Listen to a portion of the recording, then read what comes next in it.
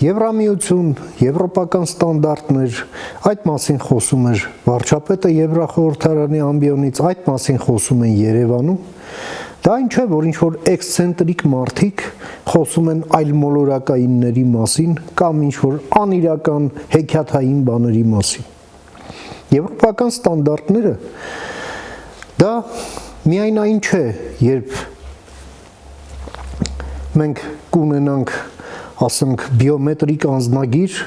եւ կունենանք առանց վիզայի ռեժիմ եւ առանց որևէ դեսպանության դիմելու կգնանք եվրոպական երկիր,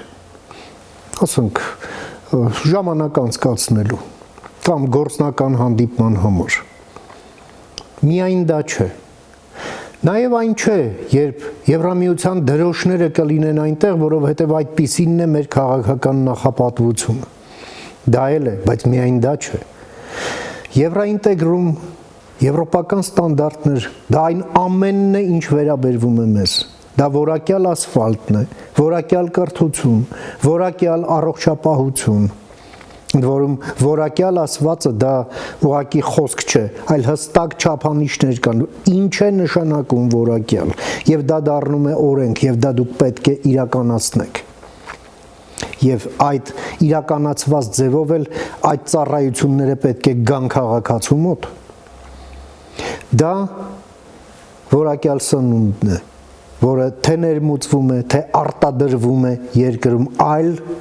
որակի սնունդ չպետք է լինի, կամ դա սնունդ չի կոչվելու։ Դա իհարկե նաև այն միջավայրն է, որը ձևավորվել է Եվրոպայում երկու համաշխարհային պատերազմներից հետո եւ ազատության համար դարերով պայքարելուց հետո, այդ միջավայրն է նաև գալիս Հայաստան, իսկ Հայաստանն էլ մասը դառնում այդ ամենի։ Ընդ որում հարգելով մեր սուվերենությունը, մեր հայկականությունը, մեր հայկական արմատները, հայկական մշակույթը, որի վկայությունն էր այն հայոց այբուբենի հուշարձանը, որը դրվեց Եվրոպարլամենտի բակում։ Այսպիսի ճանապարհն է, որով մենք պետք է ընթանանք եւ որով ընթանալը մեր բացարձակ ռազմավարական առաջնահերթությունն է։ Համաձայն ես, միացիր մեզ։